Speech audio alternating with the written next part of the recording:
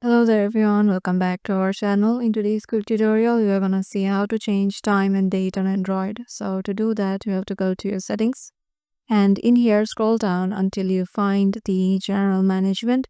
So head over there and here you will find the date and time option. So tap on it and here you can just tap on the time zone. As I am in Bangladesh, I have selected the Bangladesh Standard Time.